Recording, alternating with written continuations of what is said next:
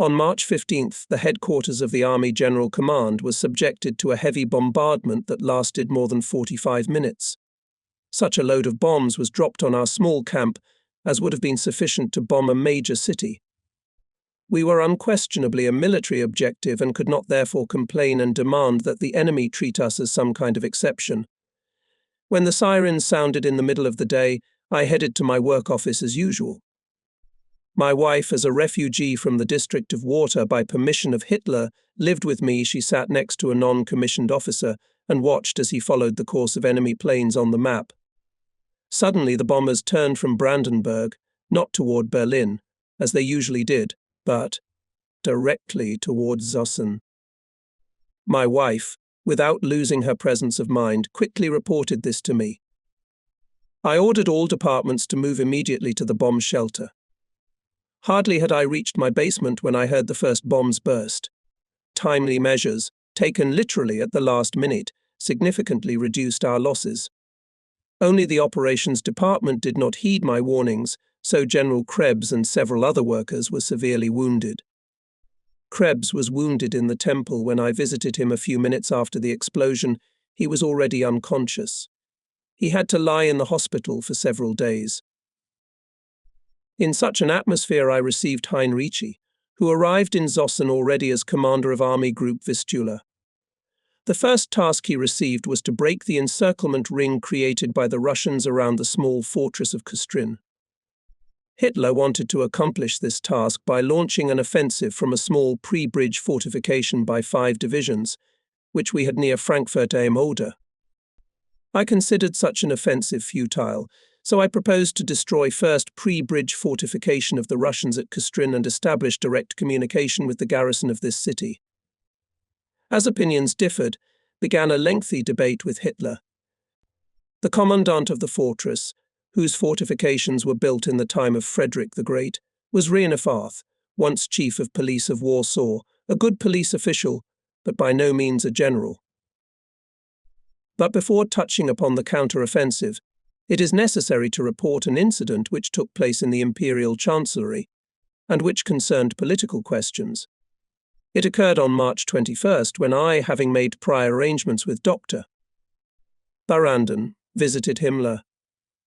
I wanted the Reichsführer SS to give up his indifferent attitude to the issues of armistice negotiations. I met Himmler in the garden of the Imperial Chancellery, where he was walking with Hitler among the ruins.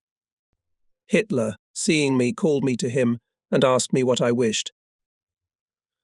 I replied that I would like to talk to Himmler. Hitler stepped aside. I could talk to the Reichsführer SS in private. I told him off the cuff about what he himself had long known: we can no longer win the war. It is necessary to immediately stop the senseless bloodshed and destruction. You, apart from Ribbentrop, are the only person who maintains contact with neutral countries.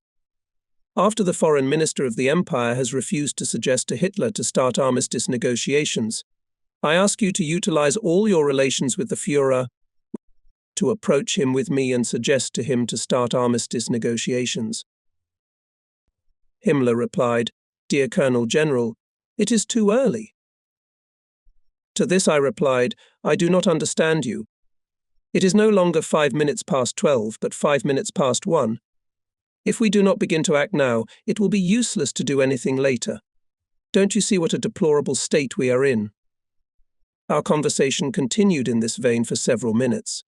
Without success, I tried to persuade this man he was terribly afraid of Hitler. In the evening, after the report of the situation, Hitler detained me, asking, "I see that with your heart is again not good. You need rest. Take a vacation immediately for 4 weeks." This would have been the best resolution of my personal affairs, but I could not accept this offer under the prevailing situation in my headquarters. So I replied, "At present I cannot leave my post, as I have no deputy. Wenck has not yet recovered. Krebs is also unable to work, as he was severely wounded during an enemy air raid on March 15th. The arrests made by your order after the fall of Warsaw have greatly reduced the already small capacity of the operational department of the headquarters. First, I will try to find a suitable deputy. and then I will go on leave. During our conversation reported that the report arrived Speer. Hitler ordered to convey that today he will not be able to take it. Again he was seized by a stereotypical attack of anger always. When someone wants to talk to me in private, tell me something unpleasant. I can no longer bear the fateful news. His memos begin with the phrase "the war is lost," and now he wants to tell me the same thing again. I have long since put, without reading, all his memos in the safe. Speer was told to report back in 3 days. During these difficult days of March, there were several other conversations of interest.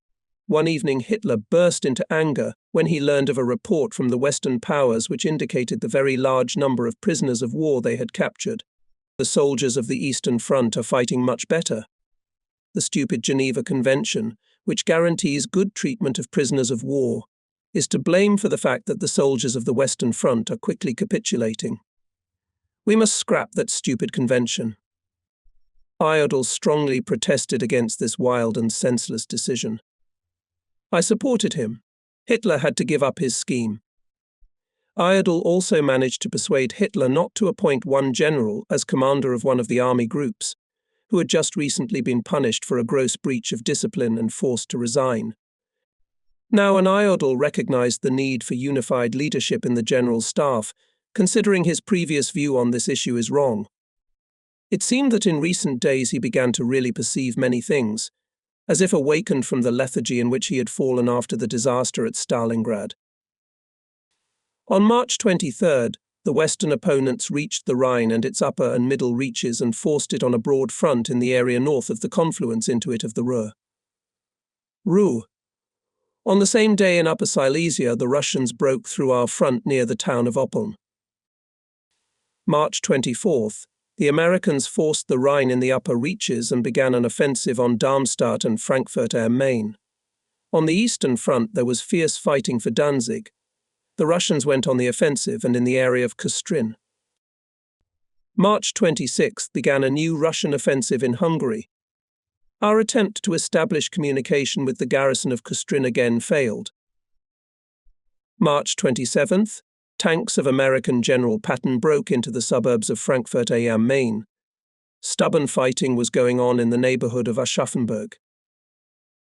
On this day Hitler was greatly upset by the failure of our counter-offensive at Kustrin. Mostly his reproaches went to the commander of the Ninth Army, General Bussy.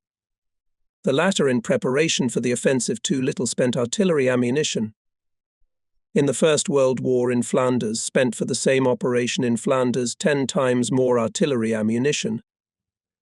I pointed out to Hitler that Bussy did not have much ammunition, and therefore could not have used up more than what he had. "Then you should have taken care of that," Hitler exclaimed. I gave him the figures that told him what was at my disposal, and told him that Bussy had received from me the entire available ammunition supply. "Then the troops are to blame." I pointed out to Hitler the very heavy losses of both divisions taking part in the offensive. These losses spoke of the fact that the units had performed their duty with the greatest bravery. The report was ended in a depressing atmosphere. Returning to Zossen, I once again made sure of the correctness of the figures regarding the ammunition used in the offensive, checked the figures for the losses of the advancing units, and, having compiled a detailed summary, sent Krebs to the evening report to Hitler. I did not have the slightest desire to get into a futile argument with him again. Krebs received from me the task to obtain Hitler's permission for my trip tomorrow, March 28th, in the area of the Frankfurt pre-bridge fortification on the Oder. I wanted to see for myself on the spot whether Hitler's plan for an offensive by 5 divisions from this small pre-bridge fortification to break the blockade of Kustrin east of the Oder was feasible. Up to now I had not been able, expressing mere doubts, to reject Hitler's plan. Late at night Krebs returned from Berlin to Zossen. He informed me that Hitler had forbidden my trip to Frankfurt am Oder and ordered me to appear before him on March 28th, with General Bussy to discuss the situation. Hitler took my summary as a kind of edification and therefore very angry. The discussion of the situation must therefore have been very heated. On March 28th, 1945, at 14 o'clock, In the cramped bomb shelter of the Imperial Chancellery, the usual circle of people gathered. General Bussy was also here. Hitler appeared and ordered Bussy to begin his report. After a few phrases, Hitler interrupted him, rebuking him for omitting many facts, just those facts which, as it seemed to me, were refuted by me yesterday. After 2 or 3 phrases, I was seized with anger. I interrupted Hitler by pointing him to the communications I had made on March 27th, orally and in writing. Allow me to interrupt you. Yesterday I reported extensively, both orally and in writing, so that General Bussy was not to blame for the failure of the offensive at Kustrin. The Ninth Army used all the ammunition it had at its disposal. The troops did their duty. This is evidenced by their 2 heavy losses. Therefore I ask not to make General Bussy any reproach. Hitler replied, I ask all gentlemen except the Field Marshal and the Colonel General to leave the room. When all those present had gone out into the reception room, Hitler stated dryly, Colonel General Guderian, your health indicates that you need an immediate 6-week rest. I raised my right hand, I am going on leave, and went to the door. I was about to grab the doorknob when Hitler stopped me. Please stay until the end of the report. I silently took my seat. The participants of the meeting were invited into the room. The report began again, as if nothing had happened. True, now Hitler did not dare to make attacks against General Bussy. During the report, which lasted interminably long, 2 or 3 times I was asked to express my opinion. But now the participants left the bunker. Keitel, Jodl, Bergdorf, and I remained. Please consider restoring your health. In 6 weeks the situation will become critical. That's when I'll need you especially. Where do you want to go? Hitler repeated. Keitel advised me to go to Bad Liebenstein. After all, it is so beautiful there. I replied that the Americans were already there. Is that so? Then to Haas, to Bad Saxe, suggested the caring Field Marshal. I thanked him for his participation, noting that I would choose my own place of rest, and such a resort, which the enemy will not be able to occupy within 48 hours. Having once again raised my right hand in greeting, I left the Führer's bunker accompanied by Keitel, only now for good. On the way to the parking lot, Keitel, talking to me, said that I had done the right thing by not opposing the Führer this time. What could I say to him? It would have been in vain to object. In the evening I arrived at Zossen. My wife met me with the words, "Why so late?" I replied, "For the last time. I've gone on vacation." We threw ourselves into each other's arms. It was salvation for us. On March 29th, I said goodbye to my colleagues, handed over all my affairs to Krebs, packed all my things and left Zossen with my wife on March 30th, taking the train south. I abandoned my original intention of settling at Obergoch, in the mountains of the Thuringian forest, as the Americans were advancing rapidly in that direction. We decided to stop at the sanitarium of Evenhausen near Munich, where I could engage in the treatment of my heart. On April 1st, I was received there by Dr. Zimmermann, a physician, a major specialist in heart disease. In the sanatorium, 2 field police officers guarded me from Gestapo surveillance, as I had been informed by my friends. On May 1st, I transported my wife to Die Triangle, where she was warmly welcomed by von Schilcher's wife. I myself went to Tyrol to wait for the end of the war at the headquarters of the General Inspection of Armored Forces.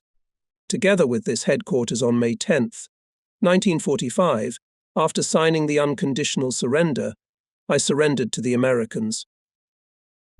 The events that took place after March 28th, I followed on the radio.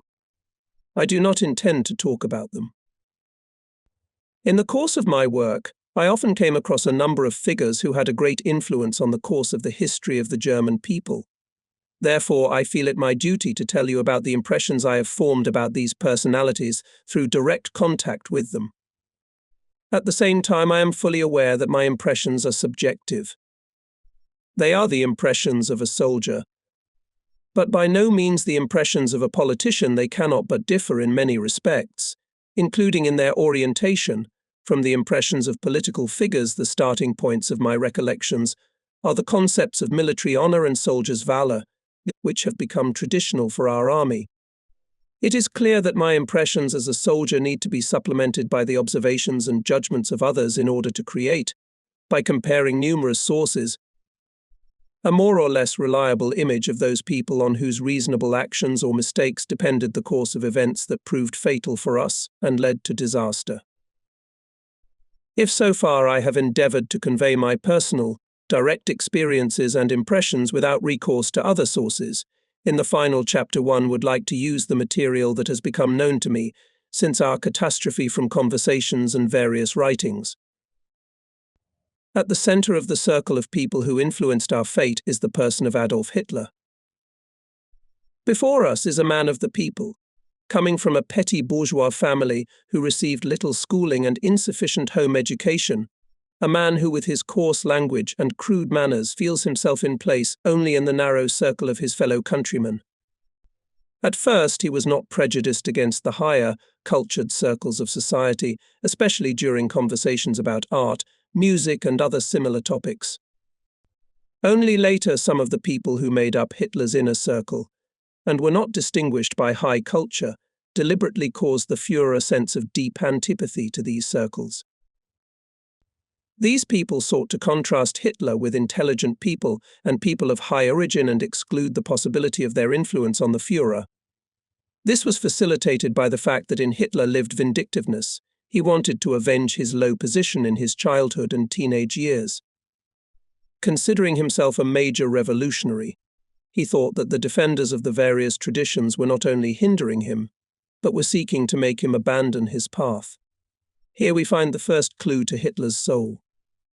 Being a complex of feelings, and gave rise to his ever-increasing dislike of princes and nobles, scientists and junkers, officials and officers.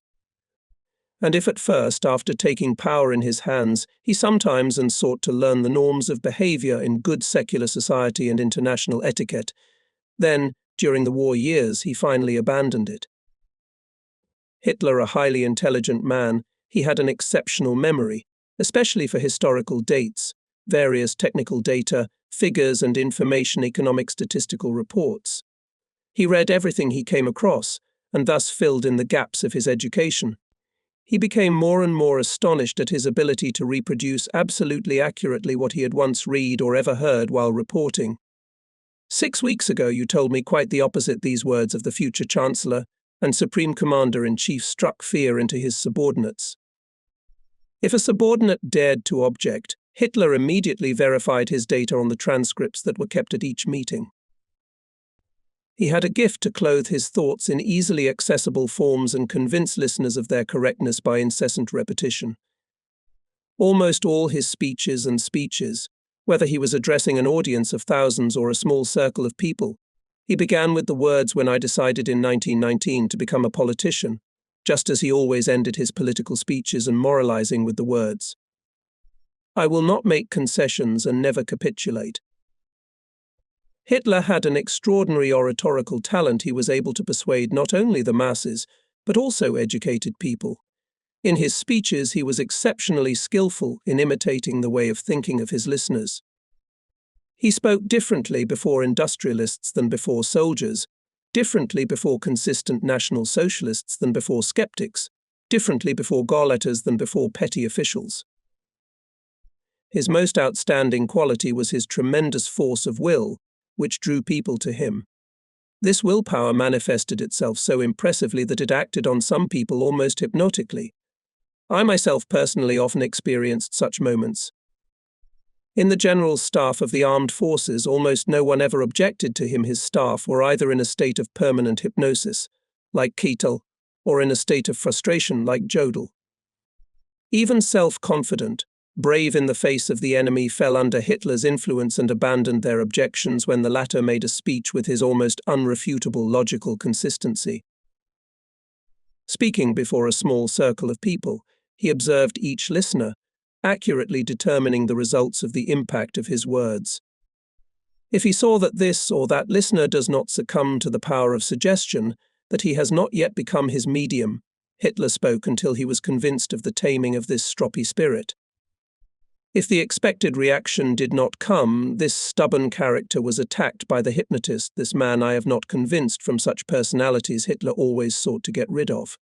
The further he advanced on the road to success, the more intolerant he became.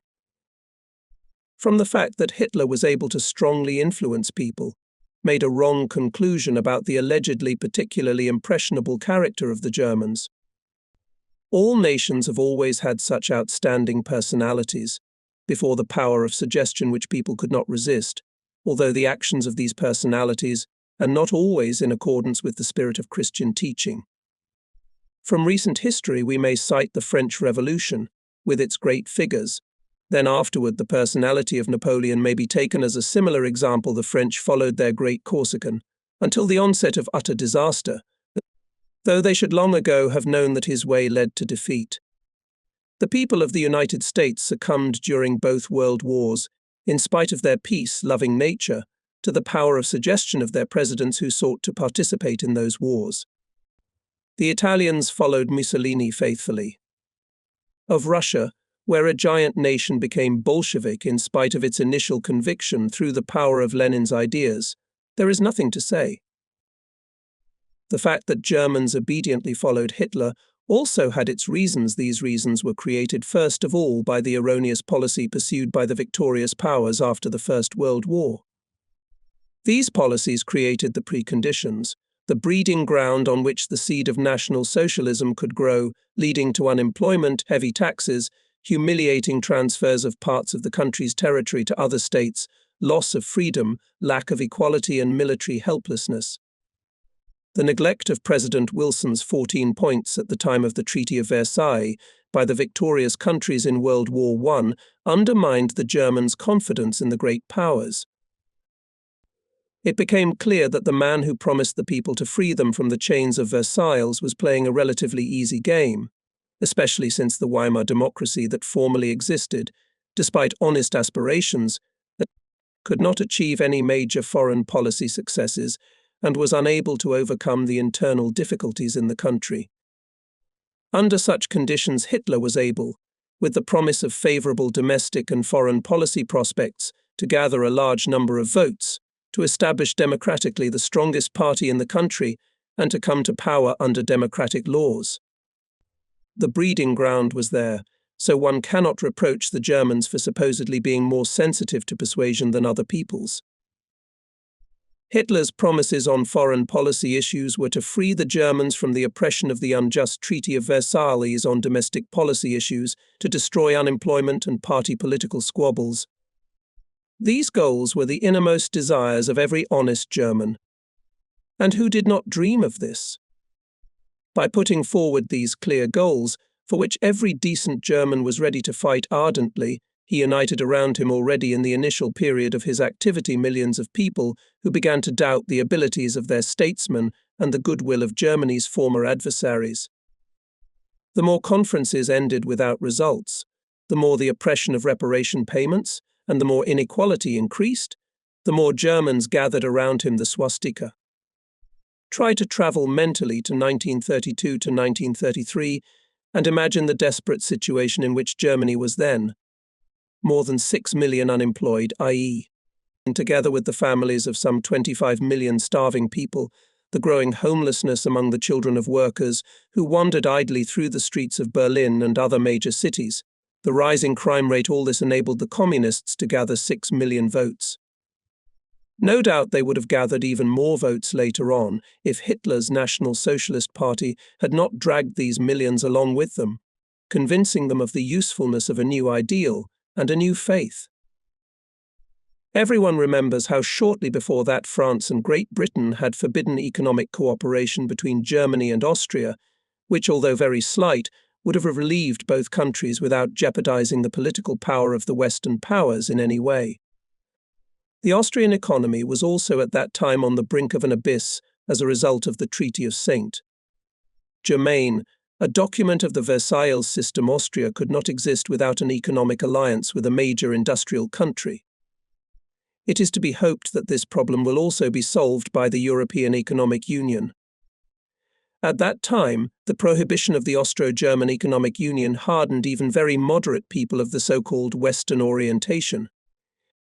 In Germany to the highest degree, because it was a sign of the utter recklessness and arbitrariness carried out by the victorious powers 12 years after the end of the war and 6 years after Germany's admission to the League of Nations.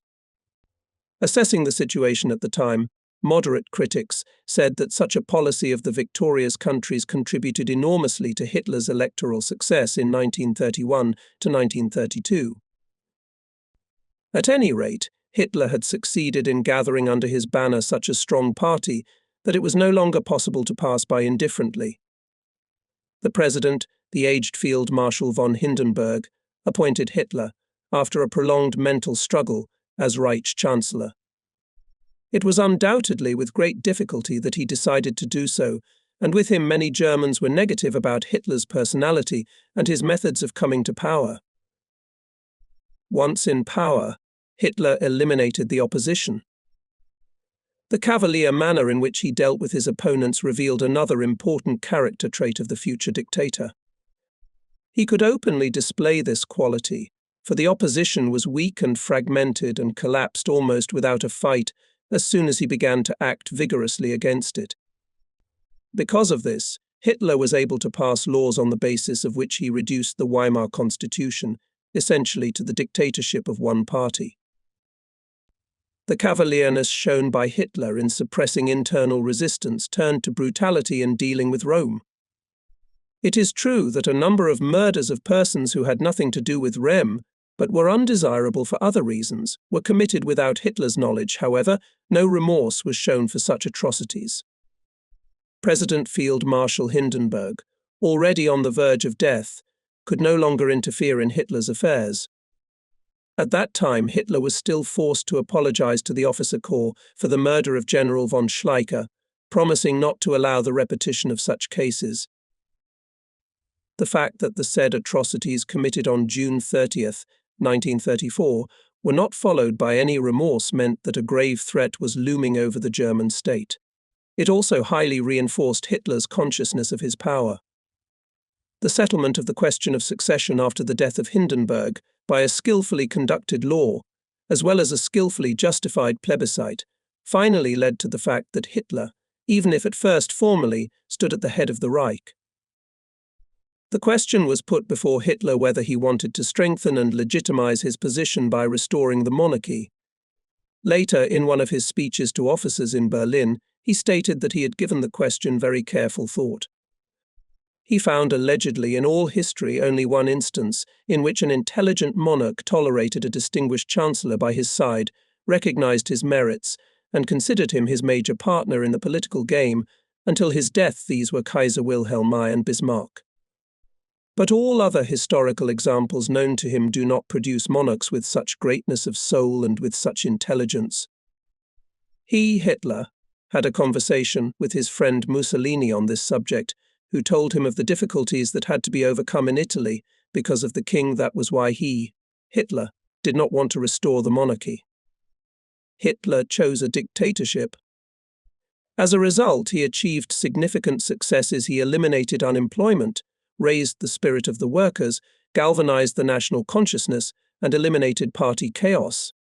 It would be wrong not to recognize these achievements. Having strengthened his power inside the country, Hitler moved to the implementation of his foreign policy program. The return of the Saarland, the restoration of military sovereignty, the military occupation of the Rhineland, the Anschluss of Austria, all these actions were carried out with the approval of the German people.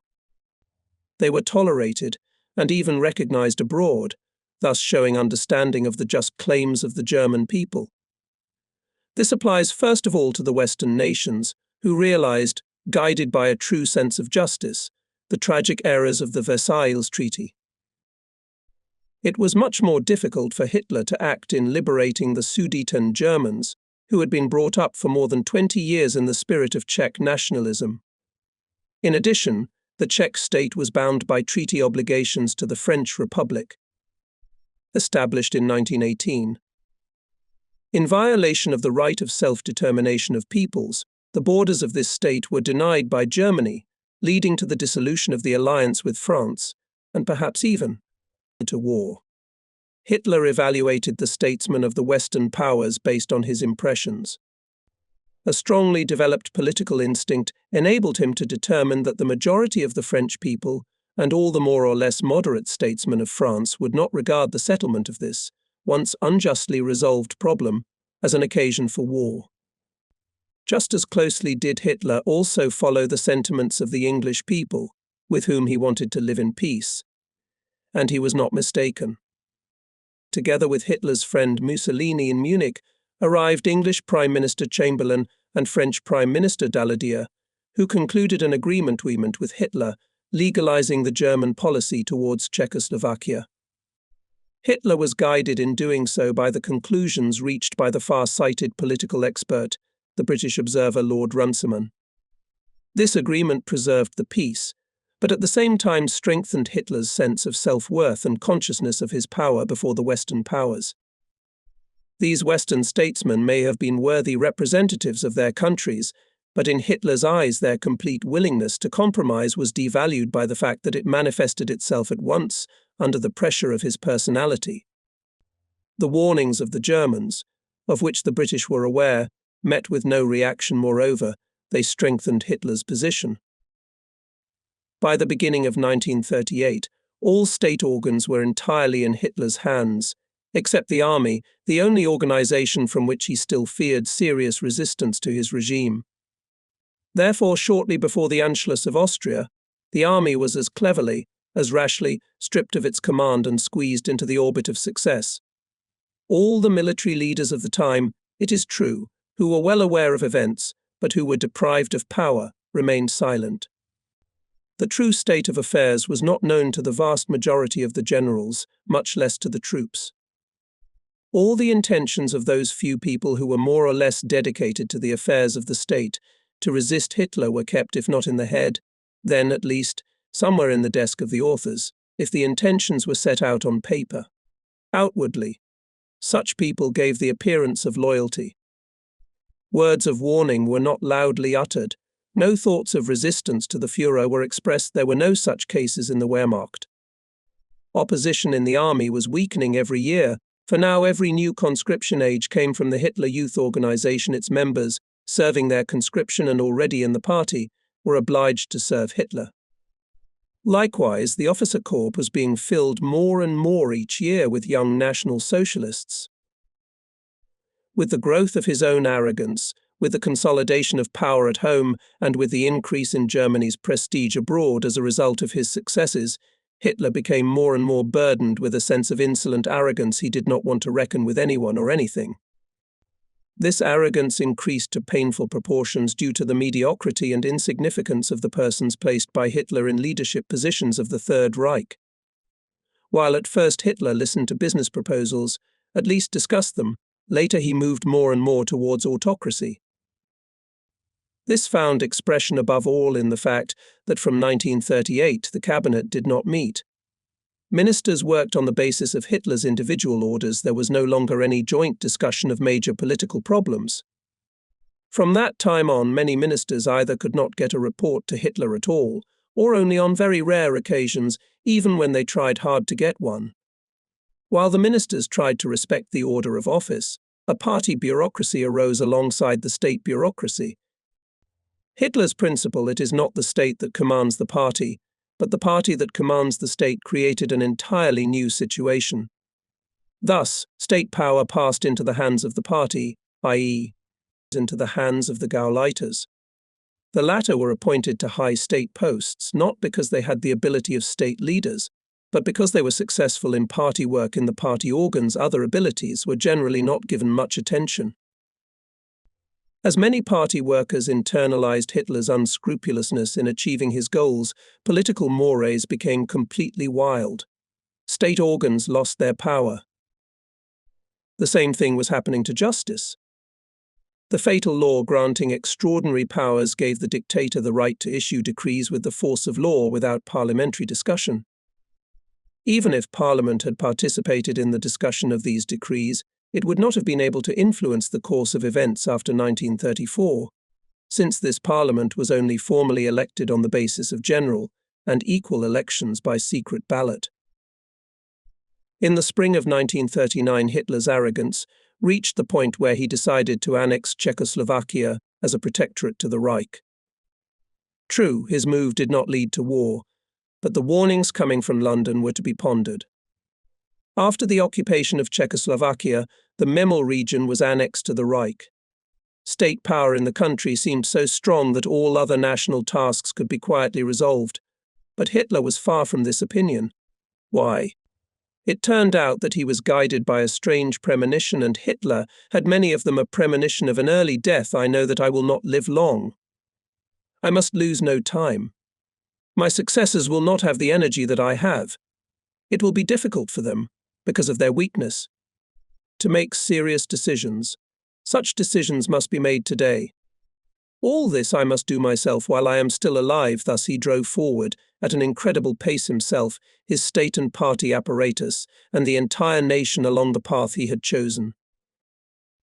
If fortune, the goddess of happiness, flies by on her golden balloon, one must jump resolutely and grasp the edge of her garment. Failure to do so will make her disappear forever, and Hitler jumped. In the fall of 1939, he set himself the goal of eliminating the Polish corridor. The proposals he made to Poland may, looking back over the past, be considered moderate. But the Poles, especially Polish Foreign Minister Beck, did not want to think of making a concerted decision. They relied on the guarantee of their independence, which they received at that time from England, began to hesitate in choosing a path, and chose war. Having chosen the same path, England, and under its influence France, declared war on the Reich. World War II broke out. Hitler's efforts to confine the conflict to Poland failed.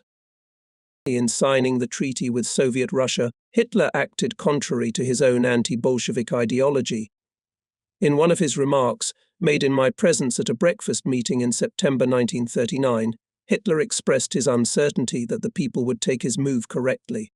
However, the people, and especially the army, were satisfied that it had been possible to secure the rear of the empire from the east after the war had expanded in the opposite direction as a result of the attack of the Western powers. The German people and their army did not need a war with the Soviet Union. Our people and our army would have been happy if they had been able to get a just peace after the end of the Western campaign in 1940. Hitler was at the zenith of his glory after the end of the Western campaign, but the worm had already begun to undermine Germany's state building after the British evacuated their expeditionary corps from near Dunkirk. Winston Churchill was quite right when he viewed and celebrated this event, despite the considerable British losses, as a victory, and above all as a victory of the British Air Force over the German Air Force. Over Dunkirk and a little later over England, the German Air Force, because of its misapplication, had suffered such heavy losses that it had lost forever its initial already slight superiority over the British Air Force. That our Air Force was misapplied was equally the fault of both Hitler and Goering. Neither the bravery of pilots, nor their skill, nor the tactical and technical data of our aircraft could not compensate for the losses suffered by our Air Force because of the vanity of his commander-in-chief and Hitler's soft attitude to his first associate. Only later did Hitler determine the true value, or rather, the low value of Goering, but characteristically, he did not dare for domestic political reasons to make any changes in the command of the Air Force crucial to the outcome of the war. It has been repeatedly asserted that Hitler had a strong trust in his old fighters. If we talk about the Reichsmarschall, this assumption is unfortunately true. It is true that Hitler often censured him, but never drew clear conclusions from Goering's mistakes. The Western Campaign of 1940 revealed another trait of Hitler's character. Hitler was very bold in developing his plans. Such plans were a plan to capture Norway and a plan for a tank breakthrough at Sedan. In both cases, he agreed with the most daring proposals. But when in the practical realization of these plans he encountered the first difficulties, he gave up, in contrast to his unwavering persistence in solving difficulties of a political nature, fell back before military problems, instinctively feeling the inadequacy of his training in this field. Such was the case in Norway, when the situation at Narvik became serious, and it was necessary simply to strain the nerves not to yield to the enemy. Only through the courageous actions of Lieutenant Colonel von Lossberg and General Iredal in Norway was it possible to save the situation. So it happened at Sedan, when it was necessary to quickly and vigorously use the initial success, which was unexpectedly won by us, at least unexpectedly for Hitler and his advisers. But on Hitler's orders I had to suspend the offensive. The fact that I did not stop the offensive is not a credit to Hitler. The most damaging was to stop the advance on the river Aa before Dunkirk, which allowed the British to withdraw and take refuge in the fortress, and then evacuate from it. If the tank formations were allowed to operate freely, we could reach Dunkirk faster than the British and thereby cut them off from the sea. This would have been such a blow, which would have greatly improved the prospects of landing our landing in England, and the latter, perhaps, would have forced the enemy, contrary to the opposite aspirations of Churchill, to negotiate. Another mistake was also made. The piecemeal armistice with France, the end of the Western campaign upon reaching the Mediterranean coast, the refusal to immediately land troops in Africa, and the offensive toward the Suez Canal and Gibraltar immediately after the end of the campaign in France. All this proves the correctness of the statement Hitler was bold, even daring in making plans, but he was cowardly in carrying out his military designs. It would have been much better for Germany if Hitler had carefully and cautiously planned, quickly and purposefully executed his plans, i.e., if he had acted according to the proverb measure 7 times, cut once.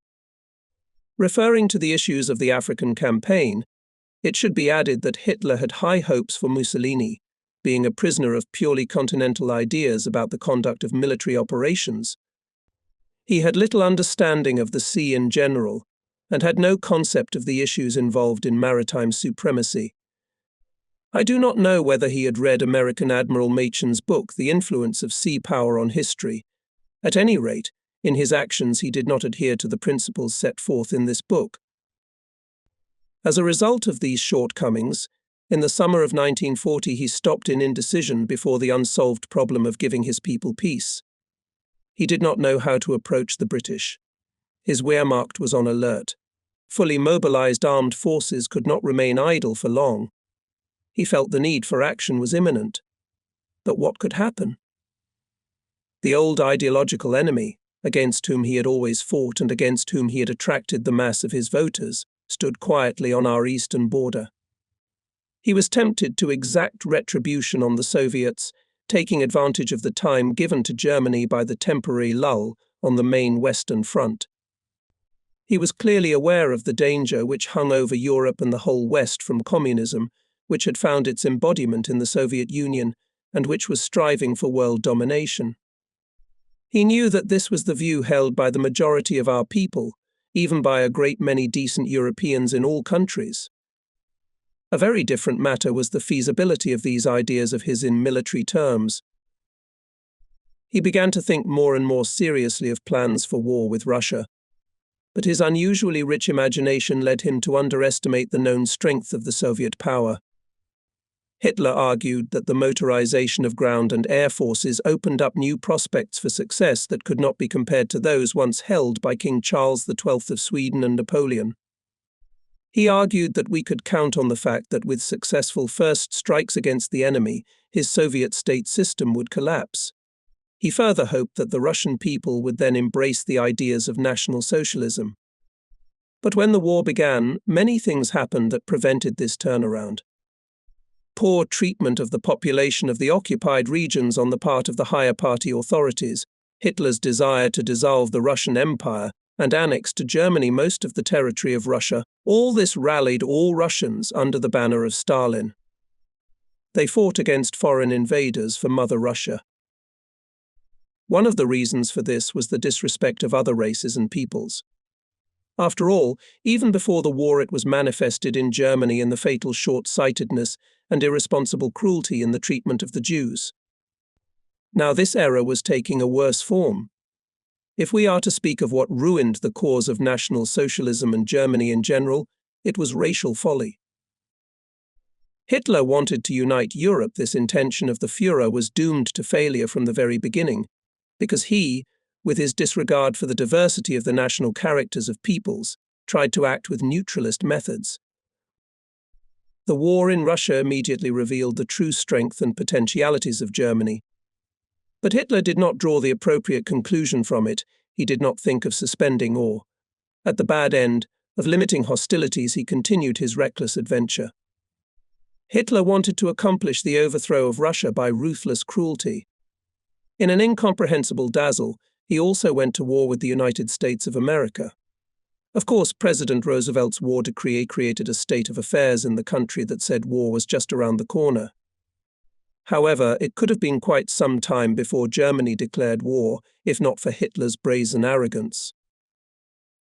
With this monstrous step, Germany's declaration of war on the United States coincided a major defeat of our troops on the battlefields near Moscow. Hitler's strategy, as a result of its lack of consistency and frequent hesitation in making this or that decision, was beaten. Now, unceremonious cruelty to his own troops had to make up for what was lacking in the mind of this determined man. For a time, this was successful. But it was impossible to dwell for a long time on the memory of Frederick the Great's grenadiers and the sacrifices they had made at the command of the omnipotent king and commander. It was impossible to put one's own personality on a par with the German people and underestimate their basic necessities of life. I turned to Hitler's personal qualities, as I imagine them to be. What was his lifestyle? Hitler was a vegetarian, did not drink alcoholic beverages, did not smoke. In themselves, these were qualities worthy of respect, qualities that harmonized with his beliefs and were consistent with his ascetic lifestyle. But he also had a fatal trait in his character: reticence, self-loneliness. He had not a single true friend. Even his old party colleagues were only his associates, but by no means his friends. As far as I know, Hitler maintained no friendly relations with anyone. He did not tell anyone about his innermost thoughts. Not a single person did not talk frankly. As he could not find friends, so he could not have the ability to passionately and seriously love a woman. He remained a bachelor. He never had children. All that makes earthly life sacred: friendship with noble people, pure love for a woman, love for their children, all this was completely alien to Hitler. He walked alone through the world, obsessed with his gigantic plans. I may object, pointing to the friendly relations between Hitler and Eva Braun. I personally never knew anything about these relations, never saw Eva Braun, although for months, almost every day met with Hitler or with his cronies. And only already being in captivity, I learned about his feelings for this woman. But, unfortunately, Eva Braun apparently did not have any influence on Hitler. It was she who could, perhaps, soften his feelings.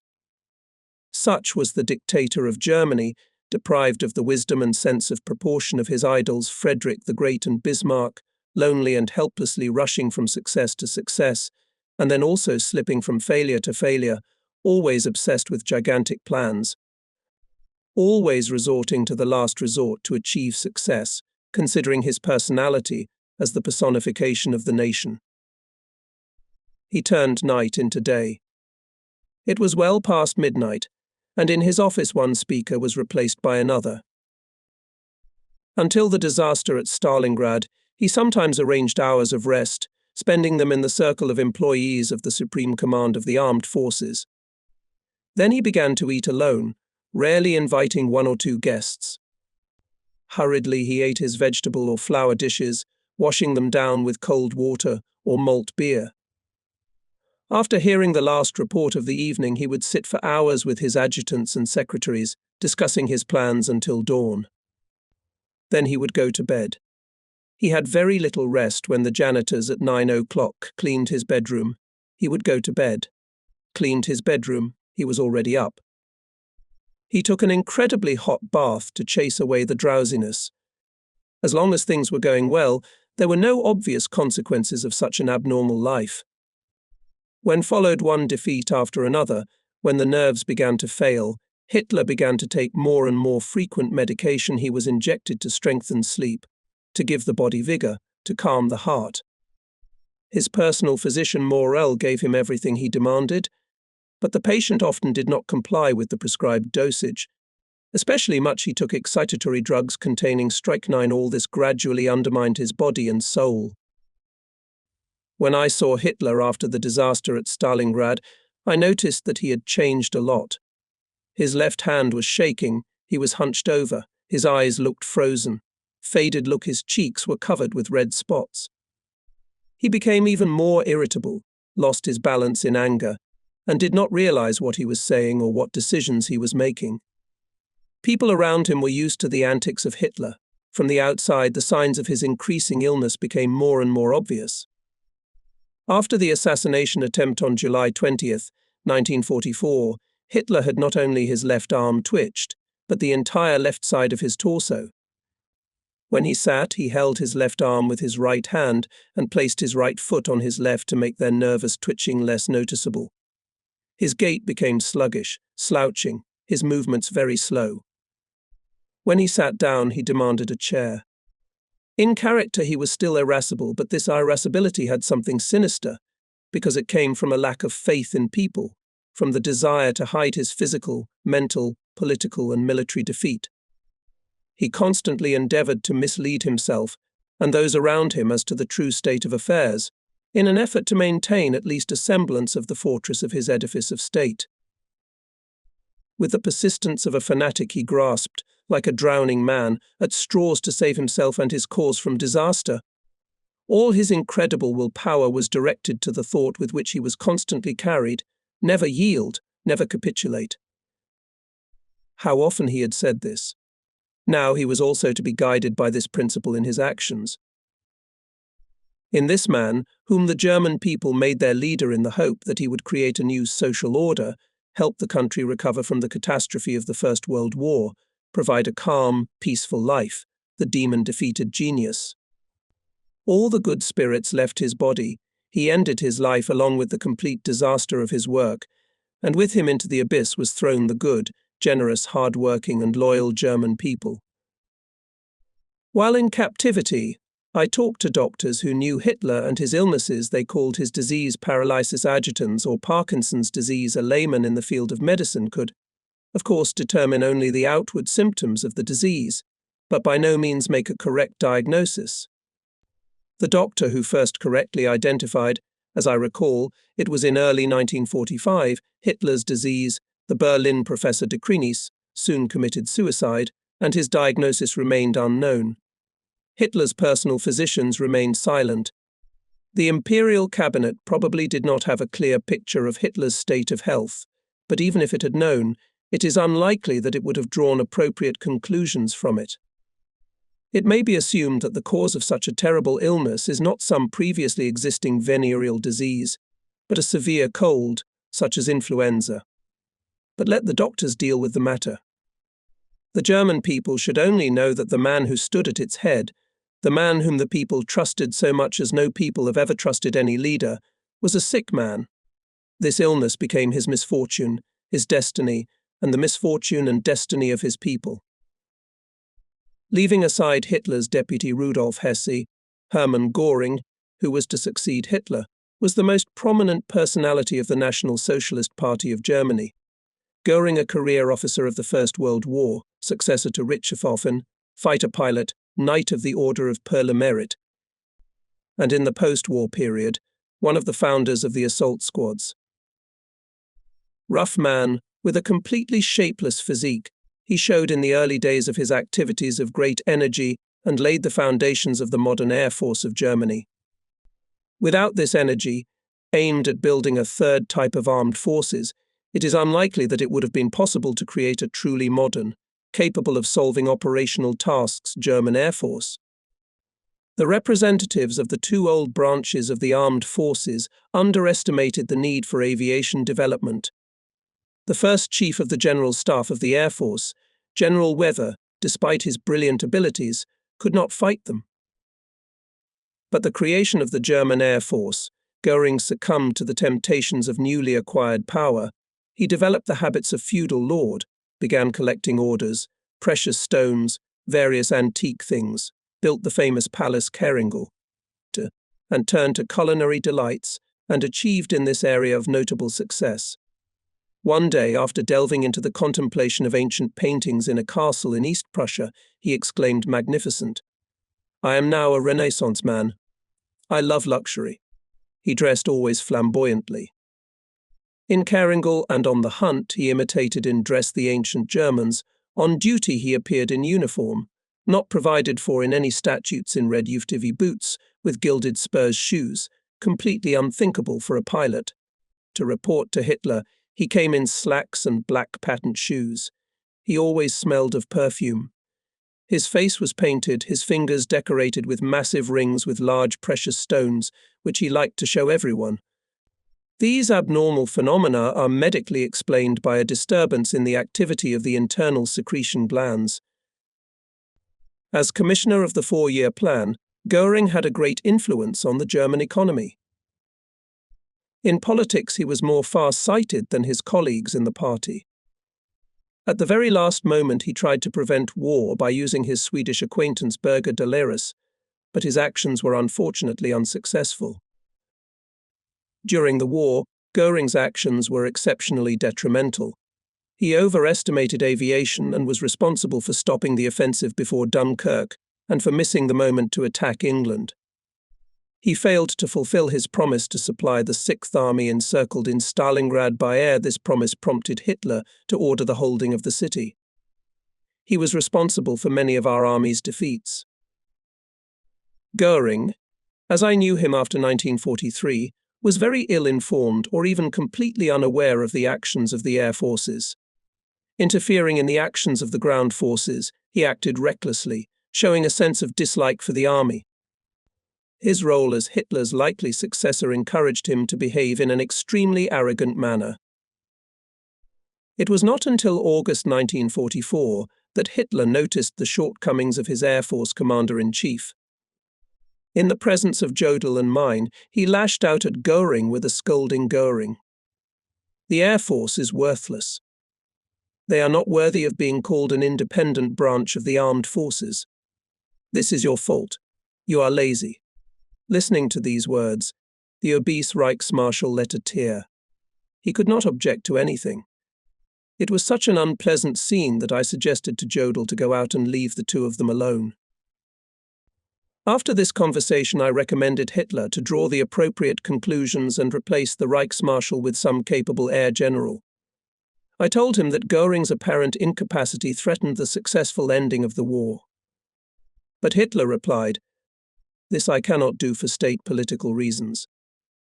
The party will not understand my objection that it was state political considerations that required the replacement of the Commander-in-Chief of the Air Force, if only to preserve the state at all, was not successful. Reichsmarschall retained until the end of the war his place and his honours in recent months. He defiantly removed from himself, in protest against Hitler's criticism of the Air Force, all his orders and Marschall's Lametta, keeping them like Galland. True, by order of Hitler, he still had to attend the discussions of the situation, but he appeared in a modest suit, without insignia and orders, in a soldier's headdress. Göring rarely dared to tell Hitler the truth. Only by his behavior in prison and his death he corrected some of his mistakes. He staunchly defended his actions and committed suicide, thus escaping the punishment of earthly judges. The darkest personality of Hitler's entourage was the Reichsführer of the SS, Heinrich Himmler. This unassuming man, with all the signs of racial inferiority, outwardly seemed a mediocre creature. He always strove to be polite, and in contrast to Göring led an almost Spartan lifestyle. But Himmler's imagination knew no bounds. He did not live on a terrestrial planet. His professed racial theory was wrong and led him to serious crimes. His attempt to educate the German people in the spirit of National Socialism died in the concentration camps. As late as 1943, quite some time after the disaster at Stalingrad, he firmly believed that he would succeed in repopulating Russia down to the Urals with Germans. When once in a conversation I told him that it was probably no longer possible to colonize the eastern lands and populate them with voluntary settlers, he replied that forced settlers and conscripted peasants could make the whole territory up to the Urals German. I can say nothing specifically about the evils of Himmler's racial theory. Hitler and Himmler kept that part of their plans a perfect secret. Everyone knows enough about Himmler's methods of education by means of concentration camps. During his period of activity, our public knew little about these methods. The inhuman atrocities that were committed in the concentration camps were made public only after the war. That's when I learned about them. The system that ensured the secrecy of the methods used in the concentration camps can be called simply ingenious. After July 20th, Himmler was infected with military ambition. It led him to take the post of commander of the Army Reserve and even commander of a group of armies. But in the military field, Himmler suffered his first and complete failure. His assessment of our opponents can be called simply childish. Fear guided the action when he commanded Army Group Vistula in 1945. However, he remained Hitler's ear almost until his last days. But this paladin was also always in awe of the dictator. I repeatedly witnessed Himmler's lack of dignity and civil courage in Hitler's presence. A clear example of this is his behavior on February 13, 1945. Himmler was the creator of the SS security units. After the catastrophe, all SS men were brought to justice. This cannot be recognized as fair. The SS emerged from Hitler's personal guard.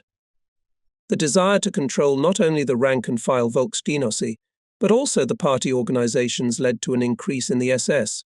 After the establishment of concentration camps, Himmler assigned the SS the task of guarding the detention centers. Then purely military formations, called SS troops, as opposed to General SS, were spun off from the SS. The training of the command staff of the SS troops was entrusted to the former infantry general Hauser, my old superior in the service in Stettin. Hauser was a very capable general, an intelligent and brave soldier, a straightforward and honest man.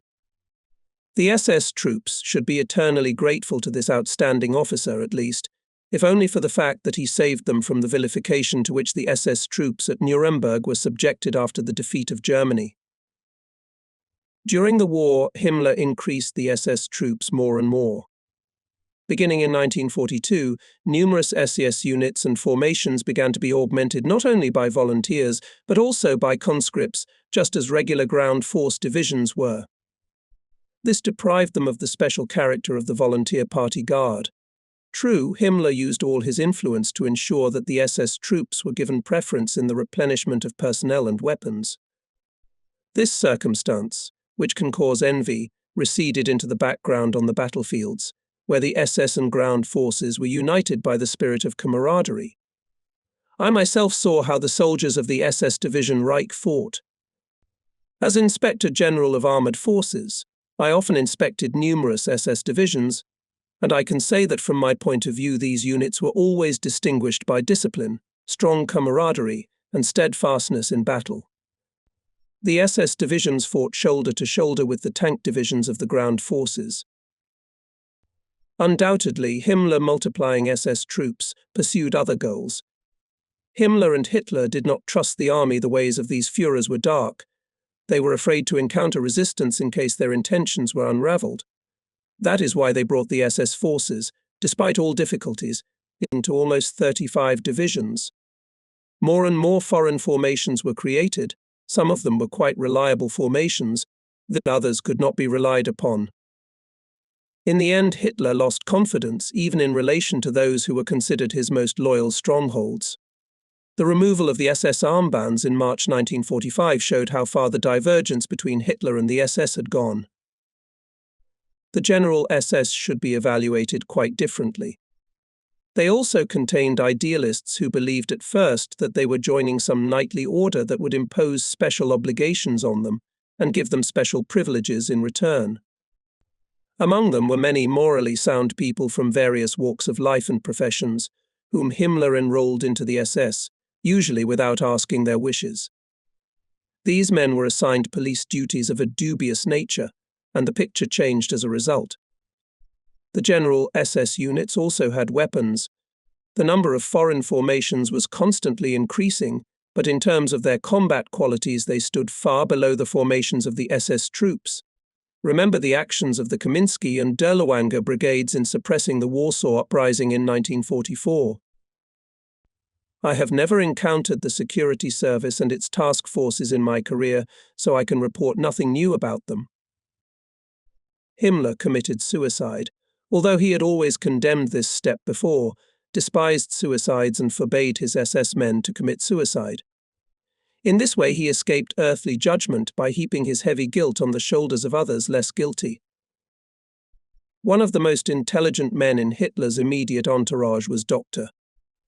Joseph Goebbels, Gauleiter of Berlin and Imperial Minister of Education and Propaganda. He was a skillful orator and fought communism boldly, garnering a large number of Berliners' votes in the elections. But he was at the same time a dangerous demagogue. He shamelessly agitated against the church and the Jews, against parents and educators. He is one of the organizers of the notorious Crystal Night in November 1938. Although Goebbels saw the errors and weaknesses of the National Socialist system, he did not have the courage to report them to Hitler and defend his views to the end. In front of Hitler, he was just like Göring and Himmler, a small man. He feared and adored him. Few people in such a degree succumbed to Hitler's inherent power of suggestion as Goebbels. He tried to guess Hitler's thoughts, and in his almost ingeniously organized propaganda fulfilled all the wishes of the dictator. I was greatly disappointed in Goebbels when in 1943 he did not have the courage to take up too hot an iron, as he called the question of reorganizing the high command and state organs. By this indecision he was preparing himself and his family for a terrible end, which he had already at that time foreseen. The second dark personality of Hitler's entourage was Reichsleiter Martin Bormann, rough, rude, gloomy, withdrawn man with bad manners. He hated the army, considering it a sworn enemy, standing in the way of the National Socialist Party to unlimited domination. He tried to harm the army wherever he could, sowing distrust of it, took all measures to remove decent people from Hitler's entourage, remove them from prominent government and military posts and replace them with his protégés. Bormann prevented Hitler to have a clear understanding of the internal political situation in the country. He even forbade the Gauleiter to address Hitler directly. That is why I was confronted with such a ridiculous fact when the Gauleiters, above all Forster from West Prussia and Geiser from the Water District, approached me, a soldier who was treated with distrust, with a request to help them get to a report to Hitler. On the party line they could not pass to the Führer, as they were not allowed to pass Bormann. The worse Hitler's health became, the more the situation on the fronts deteriorated, the fewer people were granted access to the dictator. Everything passed through the hands of Bormann, this dark personality, whose methods succeeded. With Bormann I repeatedly had violent clashes because of his short-sighted, narrow party policy disrupted the most important events and tried, to the detriment of the common cause, to interfere in purely military matters. Bormann was the grey eminence of the Third Reich. The National Socialist Party of Germany was led by the Reichsleiter and Gauleiter. All branches of the life of the German people were covered by party organizations and included in the party's organizational scheme, which began with the organizations of the Hitler Youth and the German Girls' Union. After leaving the ranks of the Hitler Youth, young men transferred to the Imperial Labor Conscription Service of the Reichsführer for labor power, HERL. This organization arose out of the voluntary labor conscription service. Thanks to the honesty of its leader and his assistants, the Imperial Conscription Service played a positive role, although today its strictly military organization and educational methods may be reproached. The German workers were then placed under the Reichsleiter for the organization Dr. Ley. The Strength Through Joy organization took care of the workers' recreation, the winter relief and National Socialist provision. Organizations helped the families of the poor. Private and church charity was considered undesirable and restricted. Germany had a Reichsführer of health, a Reichsführer of peasantry, and so on. The development of questions of law in the National Socialist spirit was handled by Reichsleiter Frank. But it was precisely in this field that National Socialism lacked creative forces. In foreign policy, Along with the foreign minister, was instrumentalized Alfred Rosenberg. He was guided in his actions, exalted idealism, and often went against the official policy, which caused great harm to the state. Even sports were regulated. Reichsführer Sport von Chammer and Osten performed his duties with dignity and maintained the authority of the Third Empire at the Olympic Games. This row was completed by a female Reichsführer of German women. The above list is not exhaustive. I have given it only to explain the very principle of organization.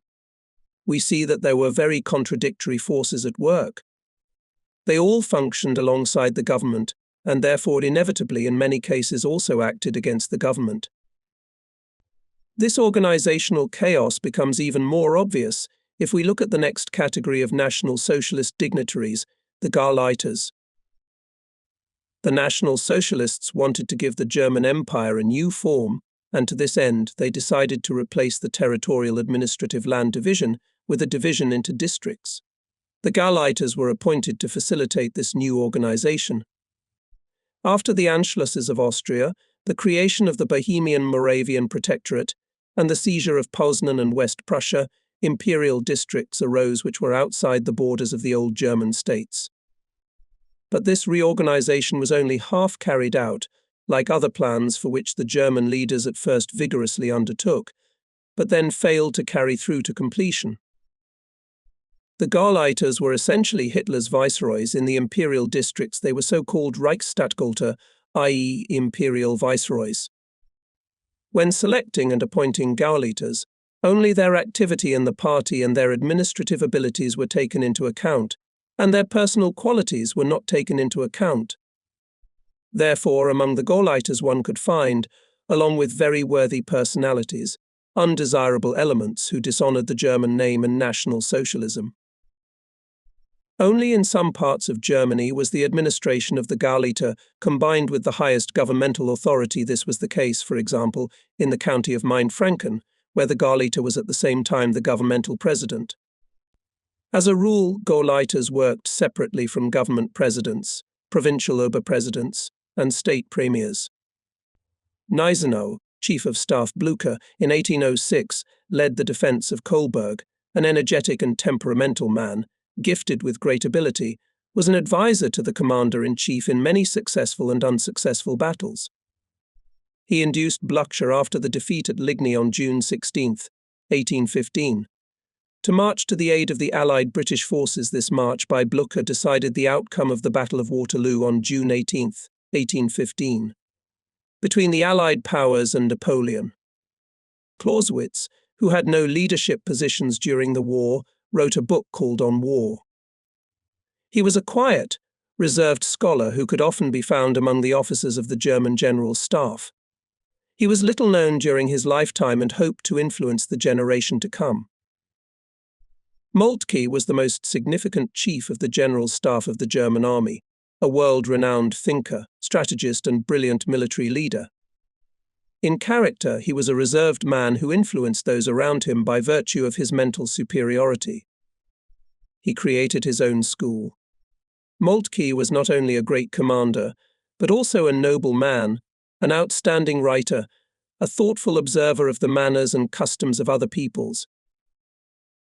Schlieffen was a noble, intelligent man with a cold, sarcastic mind. He was forced to make his plans at a time of unstable politics and a little influential Reich Chancellor. By the clarity and categorical nature of his military plans, he tried to compensate for both the indecisiveness of politicians and their lack of commitment. Just like Moltke, he understood the importance of technology in the modern era. The clarity and persuasiveness of his thoughts had such a strong influence on his successor Moltke that Schlieffen's operational plan with minor changes was preserved after the death of its creator and used in 1914, under the conditions of the changed situation. In the failure of the so-called Schlieffen plan is guilty not Schlieffen himself, but his epigones. Schlieffen did not have to prove himself on the battlefields. Hindenburg, a simple, sensible, determined man, favorably and chivalrous attitude to people. Those whom he trusted, he gave full freedom of action. He was well versed in current events, understood and knew people. It belongs to him the words, "If the Battle of Tannenberg was lost, it would not be worth arguing over who should be responsible for the defeat." Ludendorff, a man of strong will, with a monstrous capacity for work, and with an outstanding organizational talent. Fiery love for the fatherland gave him titanic strength in the fight against the impending defeat of the German people. He accomplished a great deal in the most difficult time for Germany. Seeckt was a thoughtful, cool-headed man with a clear mind, to some extent afraid of public opinion. He was a gifted strategist and organizer, but did not understand the importance of technique as deeply as Moltke and Schlieffen did, after the defeat in 1918. He created the 100,000-strong army of the Weimar Republic, but the Treaty of Versailles forbade this army to have its own general staff, and Seeckt was forced to yield to this demand. He found a way, however, to keep the spirit of the old German general staff alive among the staff officers during the disarmament of the country.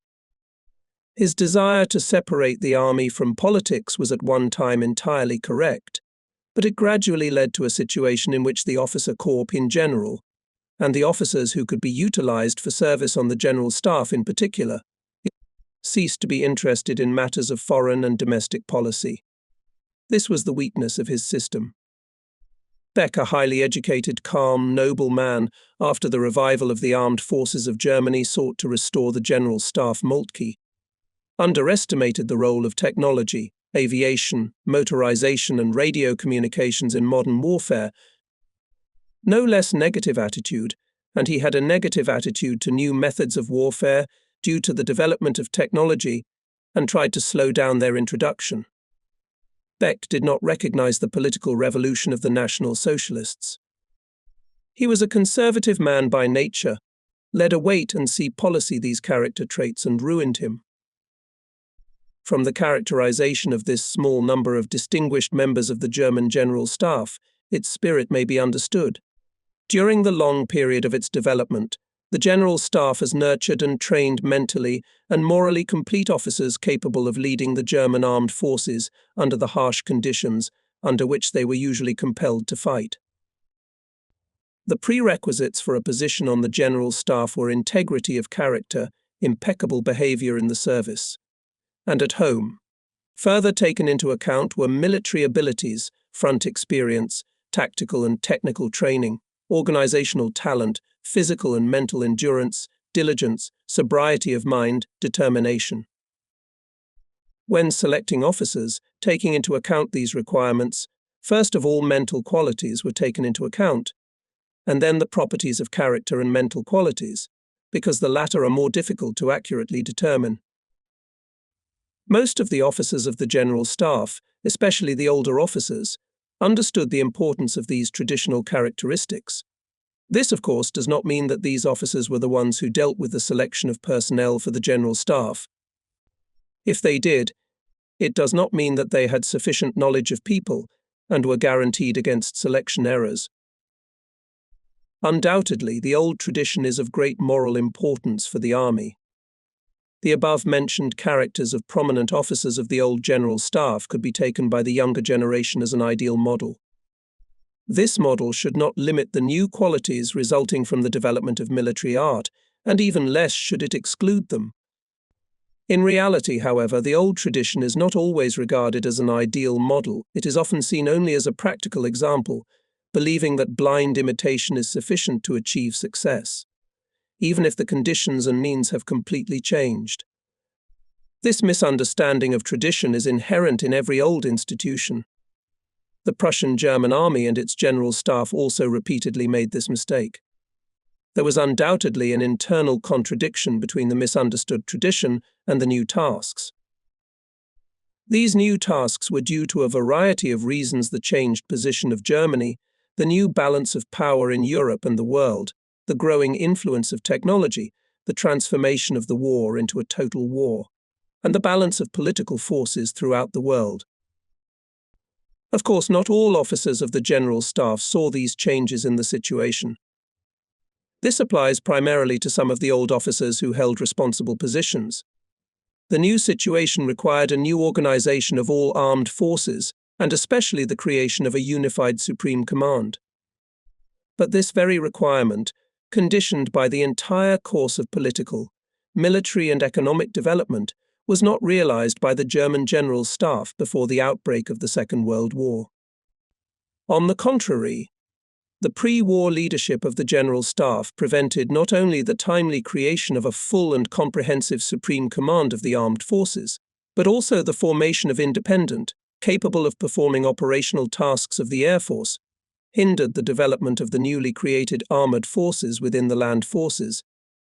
The pre-war General Staff of the land forces misunderstood and underestimated the importance of these two new branches of the army in the current conditions of combat reality, because it was afraid to diminish the importance of the land forces and the old types of armaments. The traditional insularity of the officers of the General Staff in purely military affairs hindered the development of their political outlook. The development of officers was also hindered by Hitler's principle: only a narrow circle of specialists should be dedicated to the affairs of each individual branch of the economy. Everyone should know exactly as much as necessary to fulfill their duties. The right to have a general idea of the entire situation Hitler left to himself, which was very detrimental to the common cause. Young officers of the General Staff more acutely felt the contradictions that arose between tradition and new tasks, and tried to eliminate them. This endeavour was met with dislike by the old officers. The new generation of officers believed that there was no time to lose. In contrast to them, the champions of the old traditions stood for gradual development and persistently put their principles into practice. General Staff, wrongly upholding the old traditions, came into conflict with Hitler, awakened in him a lack of faith in the ability and objectivity of General Staff officers, and created a long-lasting conflict that had a fatal impact on the conduct of the war. The image of an ideal General Staff officer is characterized by the following traits: integrity, high intellectual development, modesty, the ability to subordinate their personal interests to the general interests, firmness of convictions, the ability to state their opinion to the chief in a tactful manner. An officer of the General Staff must have enough self-control to obey the order of his superior, even if he does not agree with it, and to carry out this order. He must understand the requirements of the troops, love the troops, and care for them tirelessly. He must know the operational art, tactics, and modern technology, the latter not necessarily in detail, but with a knowledge sufficient to determine the importance of technology in the conduct of war. It goes without saying that an officer of the General Staff must have the highest degree of professional qualities inherent in every soldier and officer: courage, determination, readiness to assume responsibility, resourcefulness, physical endurance, stamina, and sufficient diligence.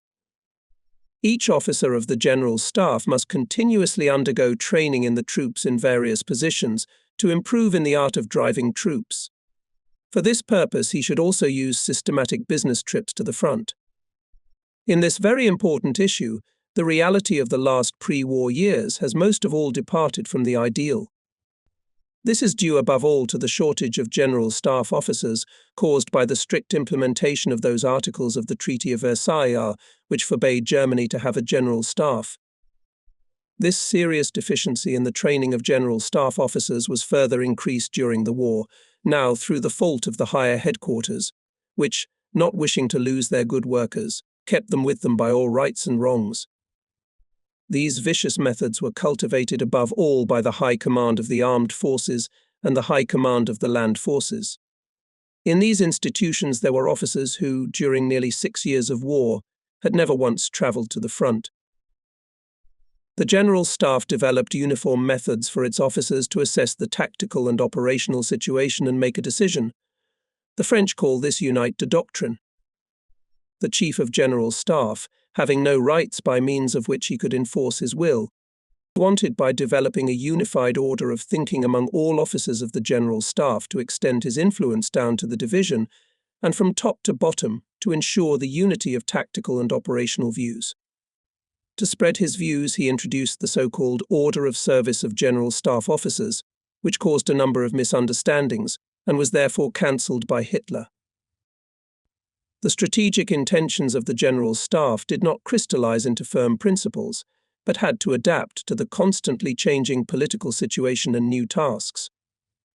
The geographical position of Germany in the center of Europe, surrounded by well-armed neighbors forced to study the issues of warfare on several fronts. War on several fronts is always associated with the fight against superior enemy forces, hence the careful study of the possibility of such a fight. Operational plans of the old General Staff oriented the army to conduct mainly combat operations on the continent of Europe. However, the emergence of operational air forces forced to reckon with the increasing possibility of invasion of the mainland by overseas powers. But this possibility was in reality little considered. Taking into account the possibility of waging war simultaneously against several opponents, the strategic plan had to provide for defense on secondary fronts and an offensive against the strongest enemy. In addition, this plan had to provide for the alternation of strikes on different fronts. The limited capabilities of our country forced the General Staff to constantly solve the problem of ending the war in the shortest possible time. From this necessity arose the idea of comprehensive use of the motor. That is why it was worth it to us at the beginning of the Second World War to win a number of successes as a result of rapid strikes, as our opponents talked about blitzkrieg. Due to its special geographical position, Germany was forced to fight on the inner frontiers, alternating between defense and offensive. Henceforth, Europe is one family, so it is difficult for any member of the family to remain aloof from family strife, especially if his apartment is located in the middle of the house. With these words, Count Schlieffen aptly characterized the situation of our country, because of which we are forced to participate in every European conflict.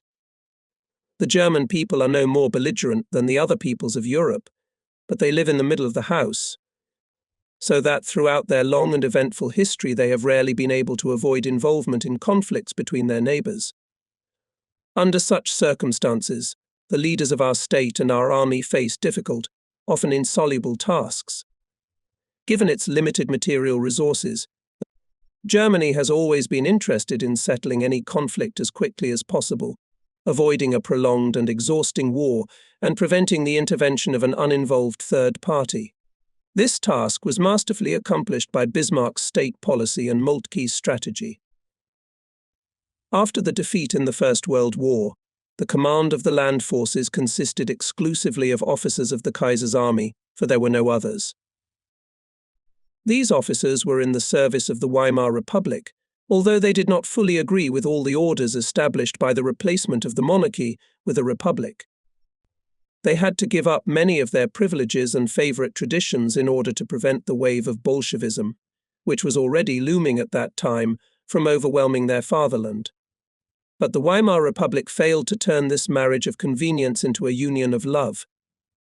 No internal contact was established between the new state and the officer corps, although such a figure as the aged, honored Minister of the Reichswehr, Dr. Gessler, strove for it, putting all his mind and soul into it.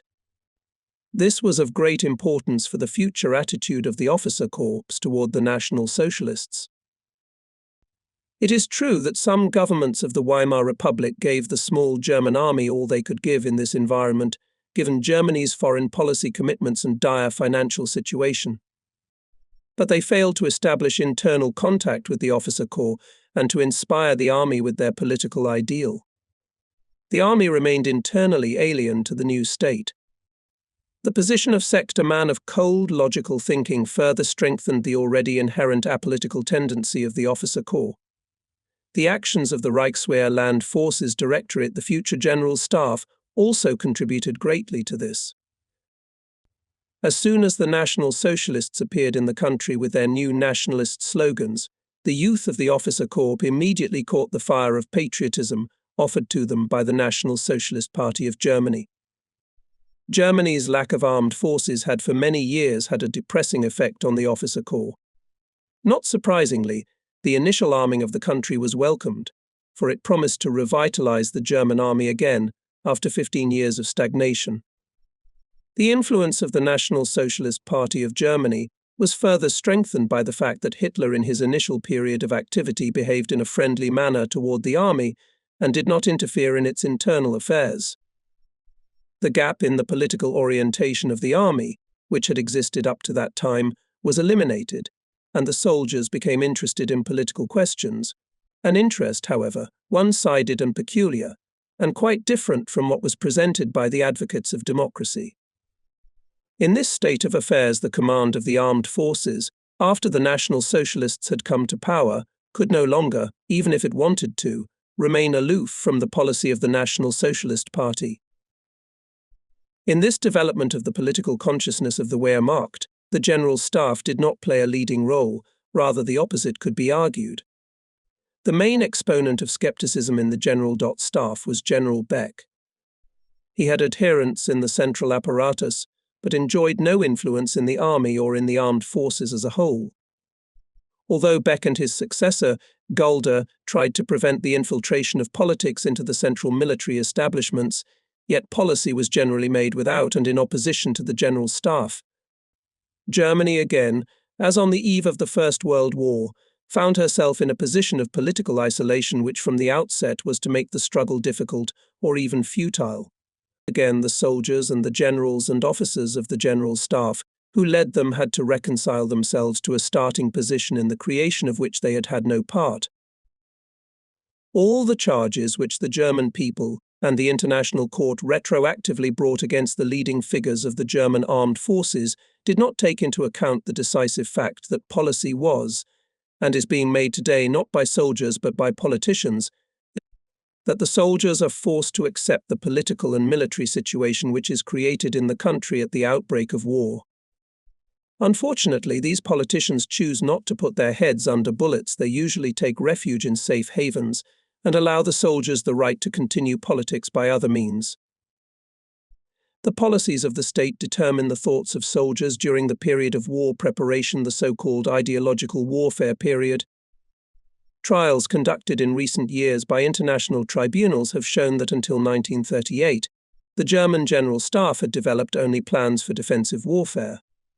The German foreign policy and military situation did not allow it to act in any other direction. Despite the fact that from 1935 Germany began to arm itself, it was clear to the military specialists of the General Staff that it would take a long time to bring the German armed forces to full combat readiness. This applied primarily to the new means of combat aviation and armoured forces. It was only on the orders of Hitler, the political head of state, against the advice of old soldiers, that the General Staff was forced to work in a different direction. Until the fall of 1938, the land forces operated on the principle of joint responsibility of the commander and chief of staff for the decisions taken. This principle was carried out down to the Army Corps. Hitler removed this responsibility from the chiefs of staff. This caused fundamental changes in the position of the chiefs of staff in general, and the chief of the General Staff of the Army in particular.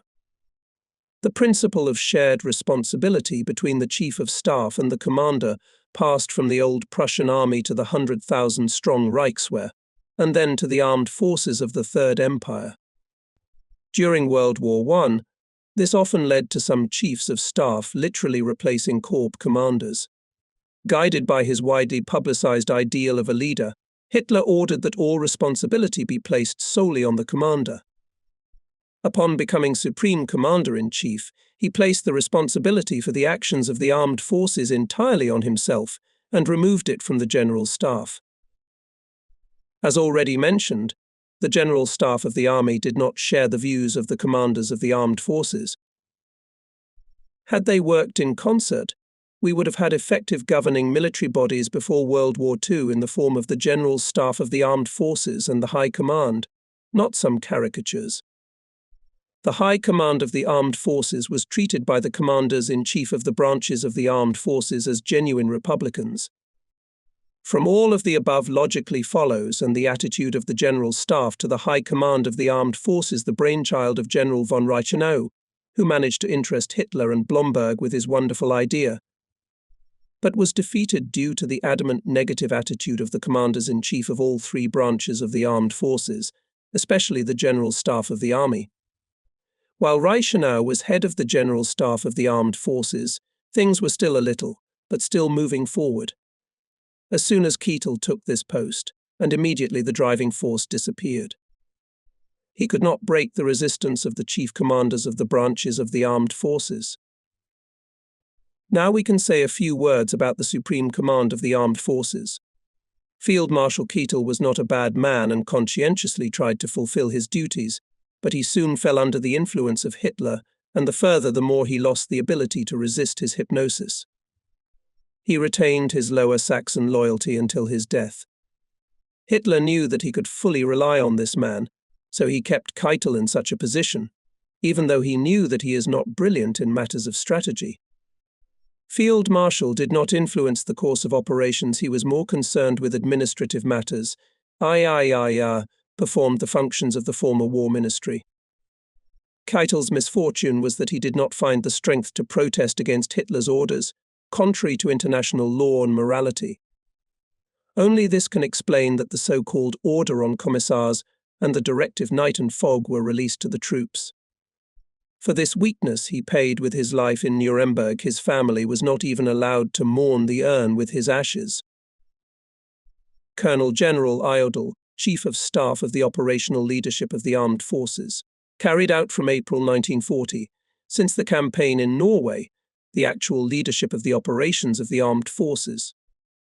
Like Keitel, he was a decent man, but succumbed to Hitler's influence. However, he was not as much mesmerized by the latter as Keitel, and was therefore more critical of the Führer. After an argument with Hitler during the Battle of Stalingrad, Jodl immersed himself in the work, which he did mostly by himself, without the help of technical staff. He was withdrawn and yielded to the question of reform of the military and political leadership, as well as the reorganization of the General Staff. It was only in the last days of the war that he fundamentally changed his views.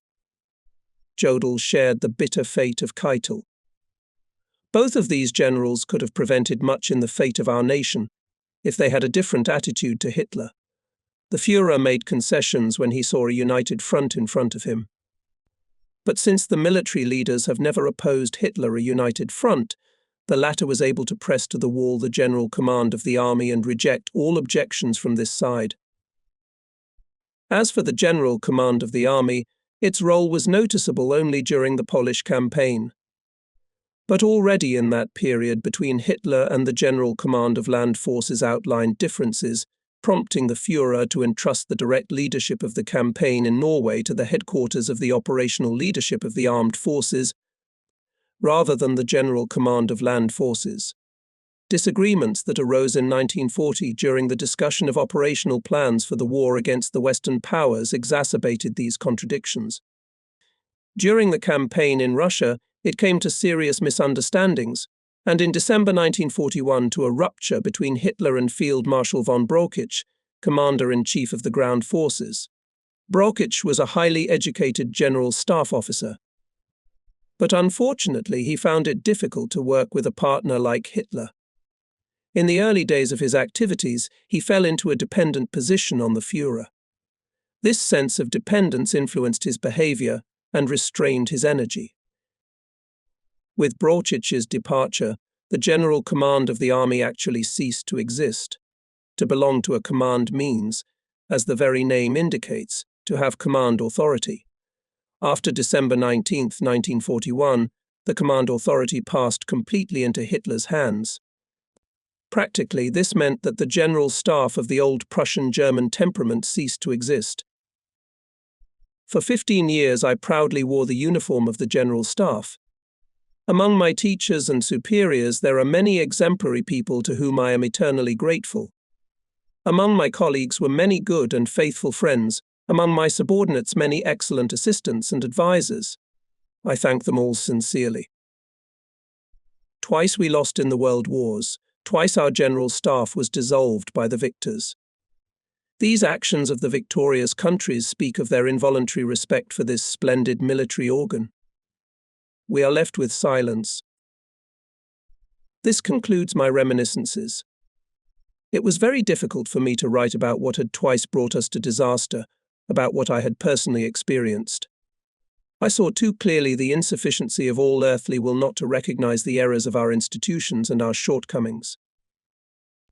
During the difficult days, a prince of the Prussian royal house sent me a small portrait of Frederick the Great, on which were written the words which the great king had spoken in the moment of greatest danger to his friend the Marquis d'Argens: "Nothing will change the inner being of my soul. I will go my own straight path. I will do whatever I deem useful and honest." I lost this portrait, but I memorized the king's words and was guided by them in my actions. I could not prevent the defeat of my fatherland, though I made every effort. No one can doubt my good faith. In this book, one express my gratitude, both to my old soldiers who died and to my old soldiers who survived it should preserve their glory forever.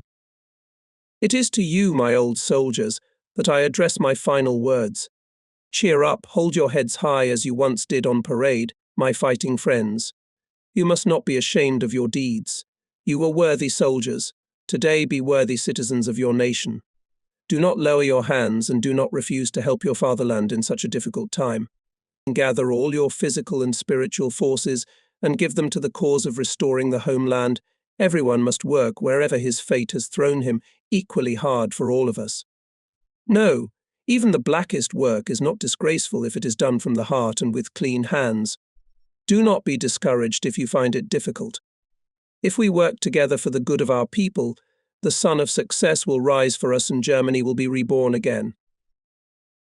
Do not forget the poem of Bogislav von Sellhoff, a former Kaiser naval officer, a native of Pomerania. You must believe the year will come. The Reich and your people will rise. You must believe unwaveringly in everything that is holy, that you love. You must fight hard on your deeds of war. The fate of your homeland depends on your fighting. Be patient, the country's road. In your hands by God's will. And then the words, especially relevant today. Unity, right and freedom. Let us give to the German people.